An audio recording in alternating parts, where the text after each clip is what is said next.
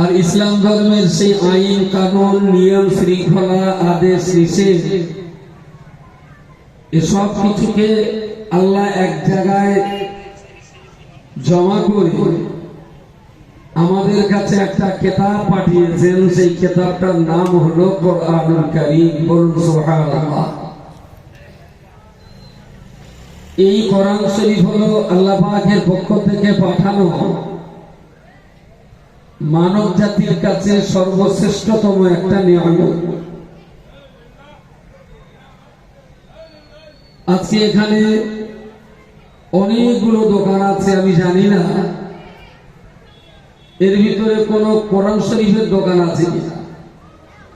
আর আছে বইয়ের দোকান? একটা আছে। সবার শেষ হওয়ার পর আজকে একটা হিসাব নেওয়া হয়, যেটা তো ধর্মসভার মজলিস। আর ধর্মসভাকে কেন্দ্র করে যা কেনা বেচার বাজার বসেছে, সবার শেষে যদি হিসাব করা হয়, চপের দোকানে কত বিক্রি, হালুয়া মনসুর মোরব্বার দোকানে কত বিক্রি, আর এই ধরনের যত দোকান আছে সবগুলো দোকানে যদি দেখা যায় যে টোটাল বেচা কেনা হয়েছে 1 লাখ টাকা, তাহলে কোরআন শরীফ ক টাকা বিক্রি হতে পারে? টোটাল মার্কেটে যদি 1 লাখ টাকা বিক্রি হয়ে আছে, তো কোরআন শরীফ, ধর্মীয় কিতাব, দাদা হুজুরের জীবনী, বসিরহাট হুজুরের জীবনী, নামাজ শিক্ষা, ইমাম গাজ্জালির কিতাব, যে সমস্ত কিতাবগুলো পড়লে আমাদের জ্ঞান হবে, তো সমস্ত খাবার সব মিলিয়ে যদি 1 লাখ টাকা বিক্রি হয়, আর ধর্মীয় জ্ঞানের জন্য কিতাব বিক্রি কত টাকা হতে পারে মোটামুটি একটা বলবেন? হিসেব কি খুব কঠিন হচ্ছে আমার হিসেব? আসলে হিসেবটা কঠিন না, বলতেই লজ্জা লাগছে। আমি যা দেখলাম পিছনে যা ভিড় আর হুর গেলেমানের ওখানে যা উৎপাদ, তাতে খাবার বিক্রি যদি হয় 1 লাখ টাকা, তা বই বিক্রি খুব বেশি বেশি যদি 1000 হয়, তাহলে খুব কমাল ভাবা, তার বেশি খুব একটা আশা করা যায় না। জিলিপির দোকানে লাইন দিয়ে দাঁড়িয়ে আছে, উঠবে তারপর বিক্রি হবে।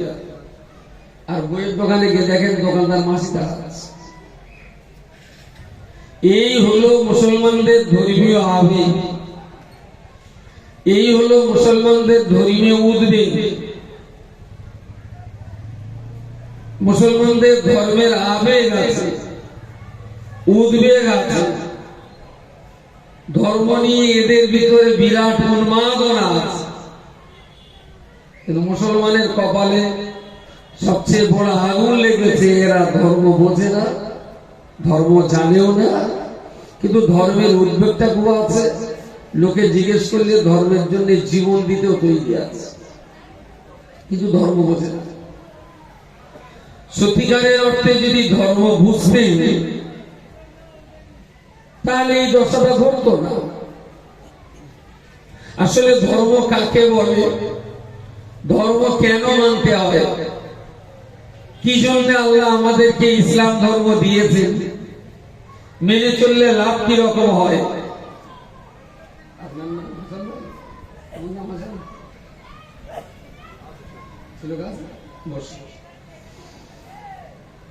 আর ধর্ম না মানলে আমাদের ক্ষতি কতটা হয়, এটা যদি মুসলমানরা জানতে, তাহলে ধর্ম নিয়ে আর মুসলমানরা ইয়ার্কি ফাজলামি করতেন না। মশিউর আমার আগে একটু ঘোষণা দিতে যে একটু চড়া কথাটা বলেছে, চার দোকানে অনেক আড্ডা মারা হয়েছে, এবার একটু সবার মধ্যে আসে। আমার মনে হলো ছেলে মানুষ হঠাৎ করে একটা ভাষা বলে বললো চার দোকানে আড্ডা। তা আমি মনে করছিলাম মুঠে একবার মসজিদ পক্ষ থেকে ক্ষমা চাও।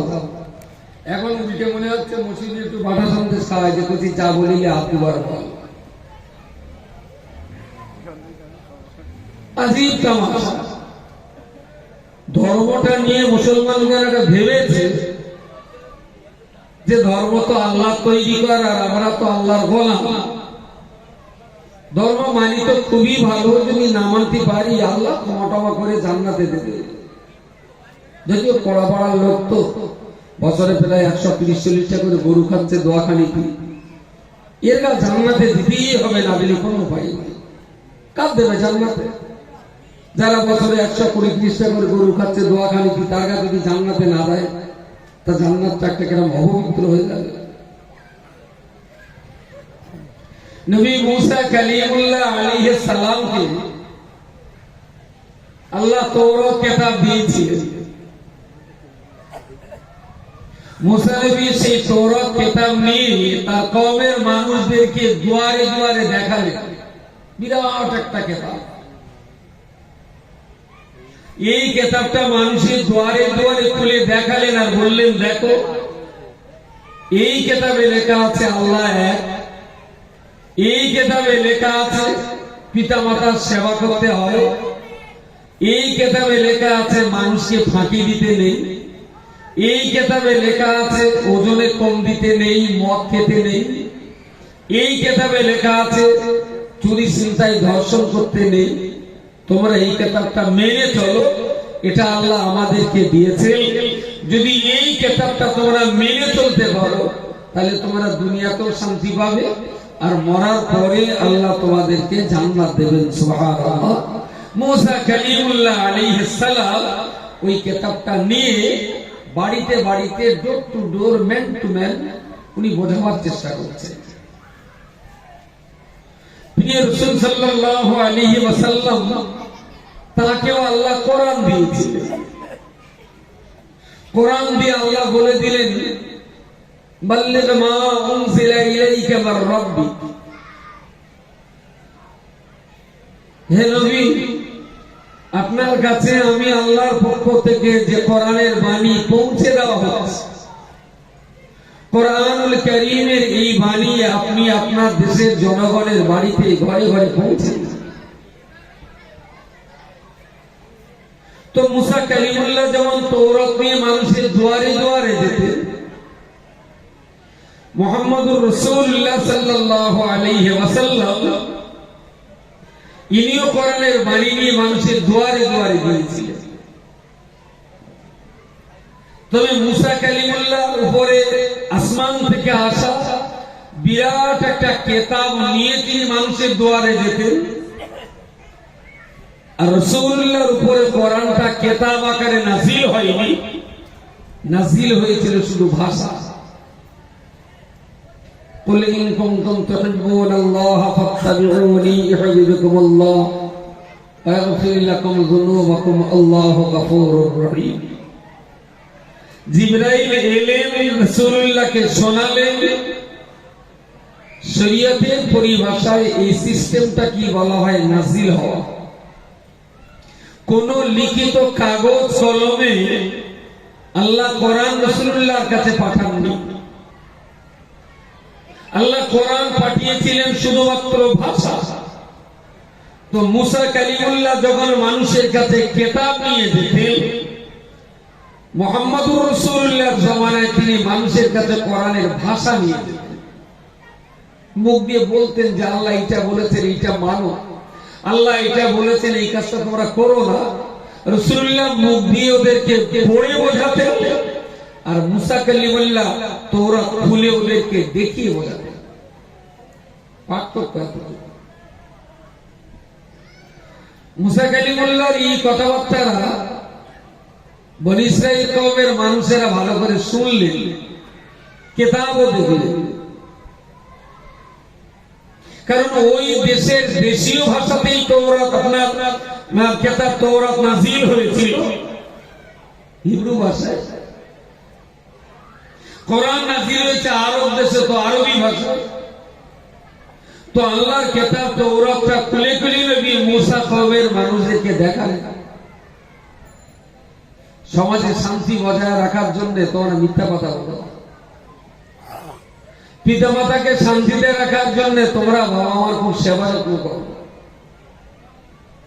দুনিয়াতে শান্তি প্রতিষ্ঠা করার জন্য তোমরা বড়কে সম্মান করো আর ছোটকে স্নেহ করো।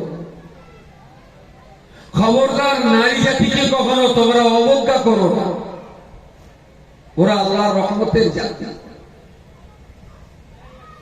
কোন বেগানা নারীকে ধর্ষণ করো না, তোমরা সম্মানের সাথে বিবাহ করে তাদের স্ত্রীর মর্যাদা দাও।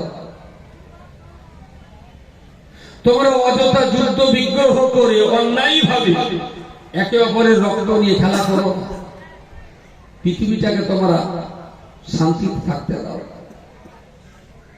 ওরা সব কথাবার্তা পড়লেন, শুনলেন, বুঝলেন, বললেন মুসা তোমার এই কথাগুলো অসাধারণ সুন্দর, এত সুন্দর কথা আমরা ইতিপূর্বে কথাও শুনি, দারুণ সুন্দর কথা।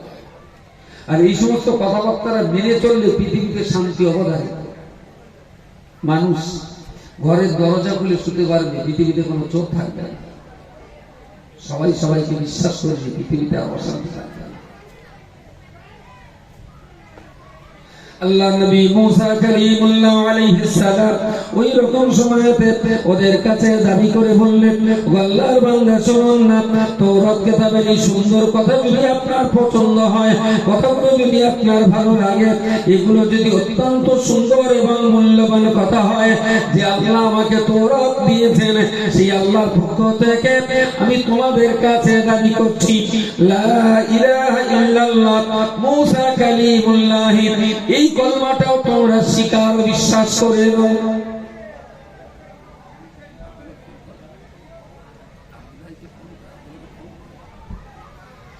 বললেন কিতাব যখন ভালো, কথা ভালো, আর আপনারাই যখন বলছেন সবাই মেনে চললে পৃথিবী শান্তি হবে, তাহলে আপনারা অন্তত যে আল্লাহ কিতাব দিয়েছেন সেই আল্লাহ এটা বলেছেন লা ইলাহা ইল্লাল্লাহ মুসা কালিমুল্লাহ, তোমরা একটু মেনে নাও।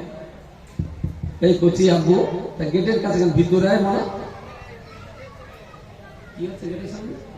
এই কচি তা তোরা ভিতরে আসতে কি কলেরা হয় রে? এই আঙ্গা না লোকে এসব জিনিস আঙ্গা বলি মুসলমান গান অন্য কারো গা, তো কিরা মুসলমান?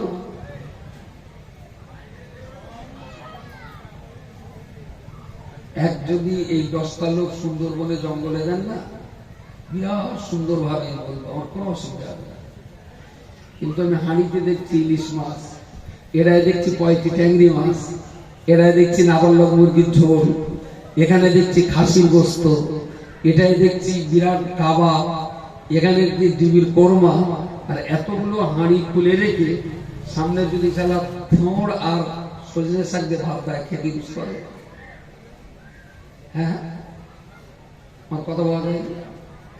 শুধু একবার বাজারে গিয়ে দেখেন সেখানে কি আগুন লেগেছে। ধর্মসভা নেই, বুড়ো মানুষ যেন রাগ করেন না, প্লিজ কান ধরে দিচ্ছি। আগে ধান পেকে গেলি না, ওতে কোনো চাষি আর সার দেয় না। পাকা ধানে কোন চাষি পাকা ধানে সার দেয় না, কারণ জানে ও ধানের ফলার ভিতরে চাহিদা হওয়া হয়ে গেছে, এখন সার দেওয়া বেকার। ওই সার টেনে গাছ আর খাতি পারে না। কিন্তু যে সমস্ত সবে মাত্র রুয়েছে 2-4 কালি, থোড় হয়েছে 4-5 কালি, এইবারে হয়তো ধান গাছ পয়টি হবে আর কি, ওই শীষ বেরোবে, ওরাও সবাই একটু ফসফেট দিতে হয়, বড্ড জোর হলে একটু পটাশ দিতে হয়, কমজোর হলে একটু ইউরিয়া মারতে হয়। যেসব মালে সার মারবো সেসব মাল তো মার্কেট। আর এখানে যেসব মাল দেশে আমার কপালে খেতে একটাও সার খাওয়ার ক্ষমতা রাখে না। 3-4টে আছে, তার মধ্যে হয়তো জামাই টামাই হতে পারে। ভাই এই গ্রামের বাড়ি, আপনার বাড়ি কোন গ্রাম? লালটুলি কোথায়? দেখেন তাহলে আমার আন্দাজটা দেয় যে অল্প বয়সী জাদুটা একটা আছে, আবার এখানে হয়তো কুটুম বাড়ি, শ্বশুর বাড়ি, বোনের বাড়ি, খালুর বাড়ি টেরিয়ে গেছে, সেই জন্য বসে রয়েছে। আর এই গ্রামে যেসব চালাক পাঠি, ওরা মোটামুটি ওই দোয়াখানা বসতে গিয়ে জানলাতে যাবে, টিকিট কাটা আছে, ওরা আর কিচ্ছু লাগবে না। যদি একচুয়াল হাঁড়িতে শুধু শরীরে সেটা থোড় থাকে, খুব আনন্দ করে খাওয়া যায়। কিন্তু সারা 22 রকম তরকার হাঁড়ি দিয়ে ভাত দেবে, থোড় দে মনে হয় ভাত ফেলে সারা বোম মেরে রান্না করে উঠে যাবে। কি দরকার আছে রান্না করে? যেটা বলছিলাম, এই যে দিলীপ ঘোষ, সেদিকে আসুন। ওখানে কেন? প্রতিবন্ধী দেখেন বসবি, হাঁটতে হয় না। না ও চেয়ারের লোক, চেয়ারের বাইরে একটা দিলীপ ঘোষ ছিল, তারই বাড়ি। সব পার্টি এখান থেকে তো টু মেরে আবার ফিরে যাচ্ছে। ওরা দেখে যাচ্ছে যে পাওয়ার উঠে সময় হচ্ছে। এই তোকে কর্ডলেস নেই, একটা কর্ডলেস দিয়ে দিলে ওখানে যাই, সবাই ওখানে দরকার, এখানে দরকার নেই। যাক, সময় তো শেষ। যে কথাটা আপনি না আসলে হতো, যে কথাটা বলছিলাম যে নবী মুসা কালিমুল্লাহ দুয়ারে দুয়ারে যে বললে, ওরা বললে খুব ভালো, দারুণ সুন্দর, তৌরাতের কিতাব মানলে পৃথিবীতে শান্তি হবে, আমাদের ভালো হবে, পরকালে বেঁচে যাব। মুসা বললেন তাহলে কলমাটা পড়ে নাও। ওরা খুব মাথা ব্যথা চুলকে বললে, মুসা সবটাই ভালো, কোনোটাই খারাপ না, শুধু একটা একটু সন্দেহ হয়। তাহলে কি? যে এই কেতাবটা যে আল্লাহর কেতাব, তার প্রমাণ। মুসা নবী বলে, আরে আল্লাহ তো আমাকে দিয়েছেন, আর আল্লাহ আমাকে নবুয়ত দিয়েছেন, আমার কলমা প্রচার করতে দিয়েছেন, তাহলে তুমি তো মিথ্যে কথা বলতে পারো। বুঝতে পারেন? আচ্ছা, যে জাতি নবীকেও মিথ্যেবাদী সন্দেহ করে, সে জাতির কপালে আর কোনোদিন ভালো জিনিস হতে পারে। মুসা নবী খুব হাত পা চুল খুলেন, বললে এই কেতাবে যা যা আছে তোরা বল কোনটা খারাপ? বলছে না, কেতাবে যা আছে সব ভালো। বলি কেতাবে যদি সব ভালো হয়, তাহলে আল্লাহ পাঠাক আর না পাঠাক ভালো জিনিসটা মান। সবটাই ভালো, মেনেও নেব, তবে যদি আল্লাহ পাঠায়। তাহলে এটা বল যে আল্লাহ যখন ধর এটা আল্লাহ পাঠায়নি, কিন্তু কাজটা তো ভালো, মেনে চল। কাজে না, যদি আল্লাহ পাঠায় তো ভালো, মেনে নেব। মুসা নবী বললেন, তুই ধরে এনে আল্লাহ পাঠাই অন্য কেউ দিয়েছে, তা খারাপ কোনটা? তাহলে সবটা ভালো, তাহলে মা, তাহলে না আল্লাহ পাঠালি ভালো। আচ্ছা, কোদালির ডাঁটি ছাড়া কোনো লাইন আছে না? হ্যাঁ, ভালো পাকা বাবলা গাছের ডাল হবে, আর বেশ ছেঁচে ছেঁচে গোল করতে হবে, কোদালির ডাঁটি মেচিন মেচিন গোল করে ওই মাল দিতে হবে, আর তৌরাত দিতে হবে। তাছাড়া এই মাল টাইট করার কোনো লাইন নেই। তাহলে যে এই কেতাবটা যে আল্লাহর কেতাব, আমি মুসা বলছি আল্লাহ আমাকে দিয়েছেন, বিশ্বাস করে আমি বুঝতে পারি না আল্লাহর কালাম। তাহলে তুমি বললে হবে না। আল্লাহ যদি আমাদের ডেকে বলে যে তৌরাত কেতাবটা আমার, আর আমি দিয়েছি মুসা নবীর উপরে, যদি আল্লাহ আমাদের ডেকে বলে তাহলে বিশ্বাস করবে।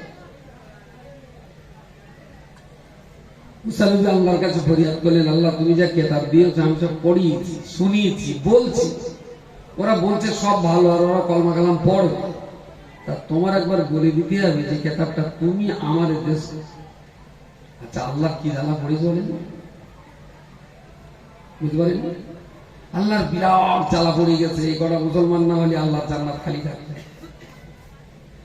মুসা নবীকে আল্লাহ বললেন, মুসা ওরা তোমার সঙ্গে যা চিট করেছে, তাতে আমি ওদের নাম ধরে বললেও ওরা বলে তৌরাত মানবে না, ওরা বলে মানবে না।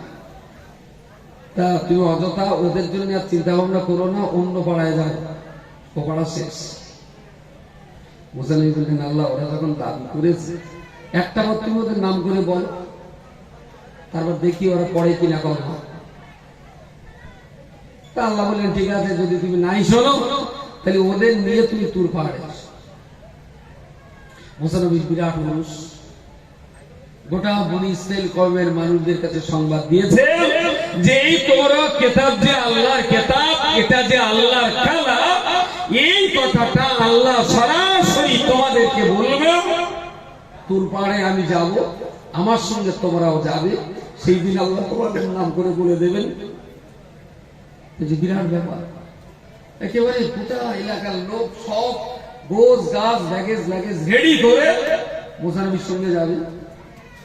এখন দেখা গেল সে গ্রামের লোক থাকে না, মেয়ে মরদে বাচ্চা বুড়ো, হাতে একটা কোলে একটা পেটে একটা, সেও রাজি হয়ে গেছে আমিও যাবো আল্লাহর কথা শুনবে।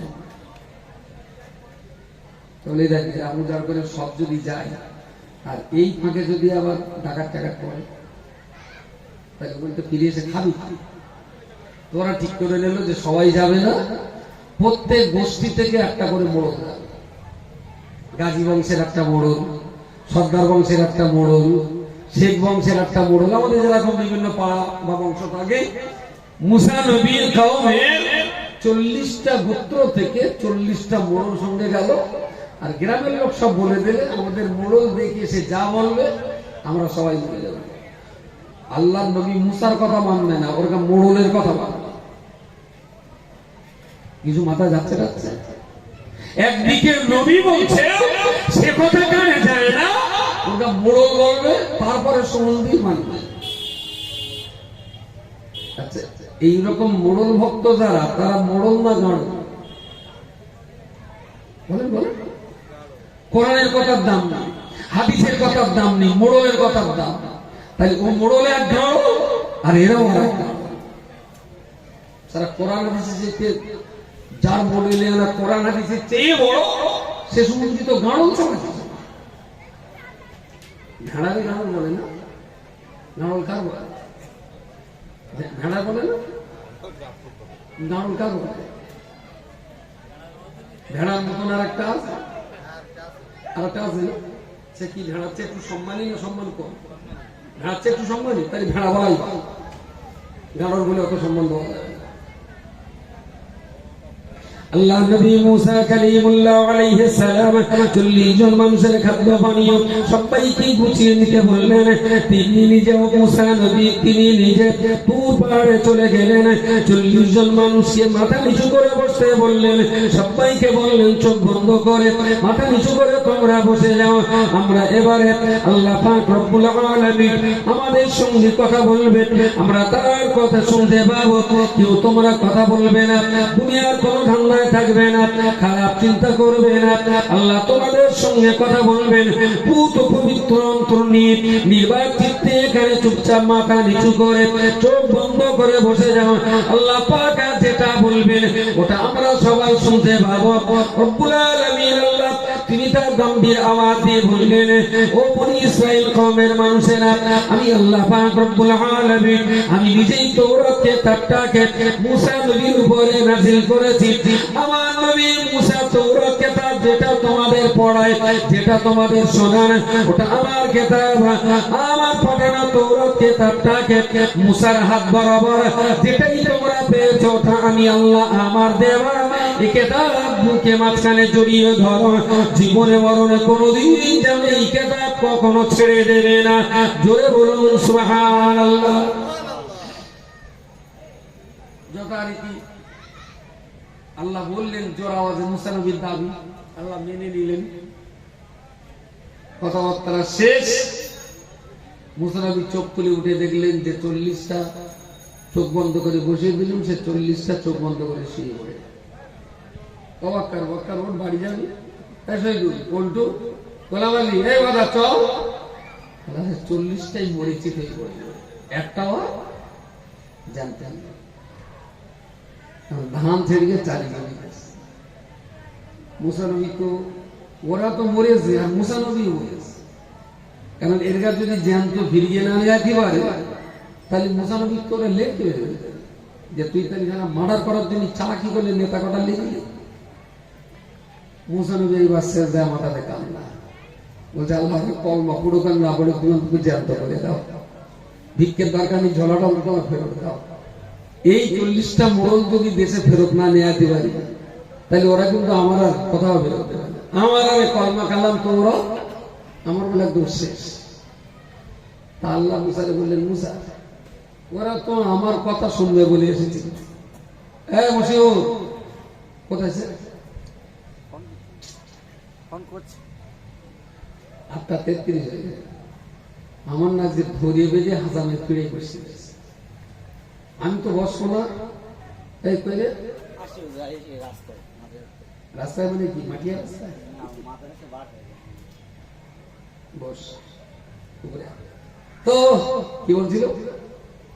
হ্যাঁ, মুসা নবী সিজদায় মাথা দিয়ে অবিরাম ধারায় আল্লাহর কাছে কাঁদছে, আল্লাহ তুমি এদের জ্যান্ত করে দাও।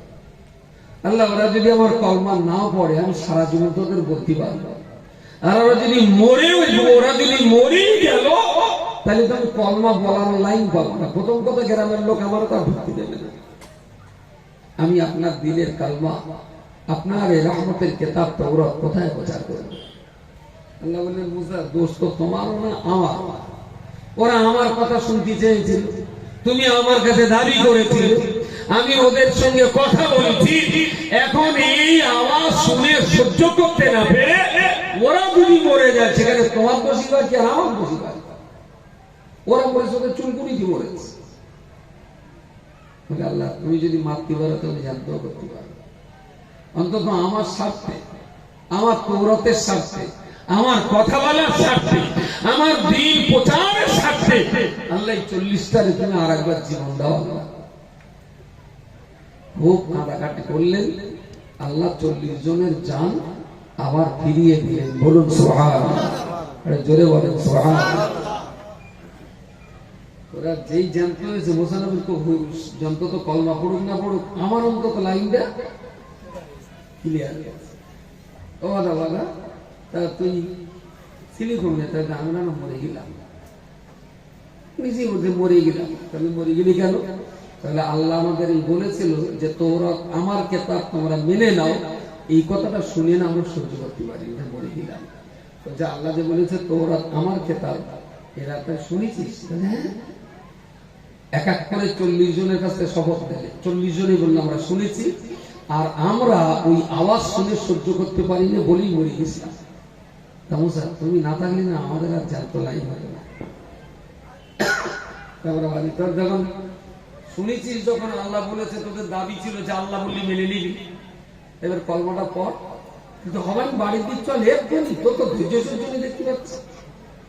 বাড়ি চল, বউ বাচ্চা নিয়ে বসে আমরা একলা পড়বো কেন? পরিবারের সবাই নিয়ে পড়বো। যথারীতি বাড়ি সকাল যায়, বিকেল, একদিন দেয়, দুদিন, এক সপ্তাহ, 2 সপ্তাহ, 1 মাস, 2 মাস, পাটি কলমা পড়ে। সত্যি তো ওরা আল্লাহর, এতে কোনো সন্দেহ নেই। আর তুমি যে আল্লাহর নবী, এতেও কোনো সন্দেহ নেই। লা ইলাহা ইল্লাল্লাহ মুসা কালিমুল্লাহ, এটাও সত্য কথা। যদি পড়ে হওয়ানি এক্ষুনি কি মরবো, এখনো সময় আছে। মুসার তো পাত ছাড়ে না, শেষ মেয়ে মুসা কলমা আমরা পড়ব। যে দাবিটা করেছিলাম আল্লাহর বলা, সেটাও আল্লাহ বলেছে, তোরাও তো আমরা মানবো, কোনো অসুবিধা নেই। কিন্তু তুমি না খুব চাপ চোখ দিও না, আল্লাহ যা বলেছে আমরা ঠিক ঠিক তাই তাই করবো। তবে আল্লাহ তো বলেছে যে তৌরাত আমার কেতাব, মুসা আমার নবী, তা তোমরা এইগুলো মেনে নাও। হ্যাঁ সব বলেছে, এটাও ঠিক। ওই কথাগুলো বলার পরে না আল্লাহ আমাদের আর একটা কথা বলেছে। তা হচ্ছে কি বলেছিল? মুসা আমার নবী, তৌরাত আমার কেতাব, এটা যদি মনে নাও খুব ভালো, যদি তোমরা মানতে নাও পারো আমি আল্লাহ তোমাদের ক্ষমা করে জান্নাতে দেব। বুঝতে পারেন? মুসা বললেন হ্যাঁ। ও কথা কখন বললো? তাহলে আগের কথাটা বলার পরে এইটা বললো, তুমি শুনতে পাও, এটা আমরা শুনতে পাইলাম। আচ্ছা, কোদালি গাড়ি ছাড়া কোনো লাইন আছে?